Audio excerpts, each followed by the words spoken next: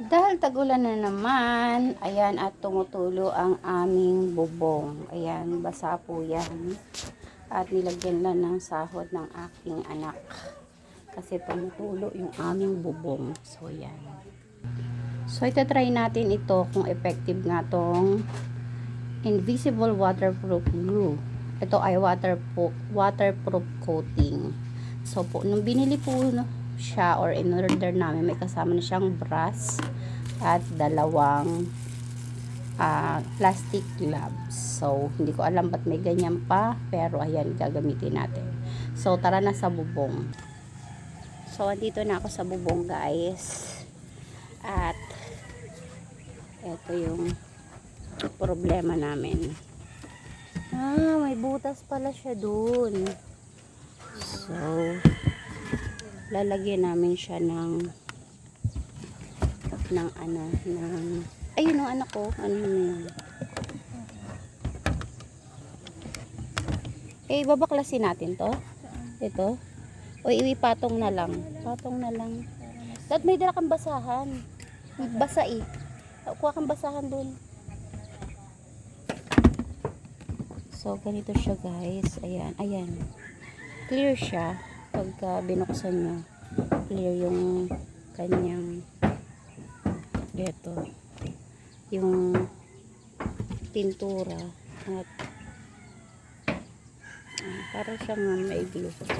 So, gagamit tayo ng gloves. So, gloves natin ating kamay kasi madikit siya. At ito yung brush na gagamitin natin. May ano pa. So, ipapatong ko na lang siguro dito kung tatalab ba siya. Ayan. Ay, natalab naman pala.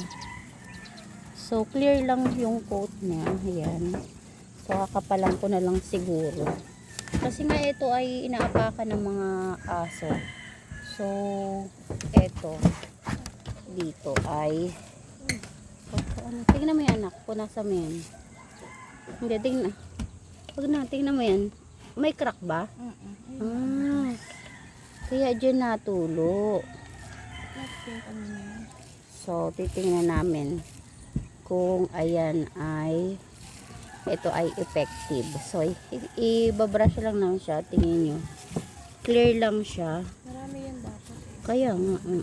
So, ayan, pintura mo dun. Ganyan. Mag-ano ka at madikit sa kamay. Mag-gloves kayo, no? Yung isang gloves. Sorry, isuot mo sa kamay. Nakapal siya. Kapalan mo pati. Ubusin natin yan dyan.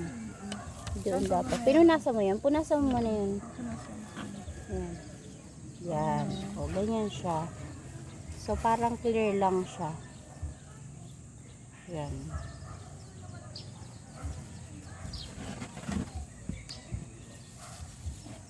So, yun lang, guys.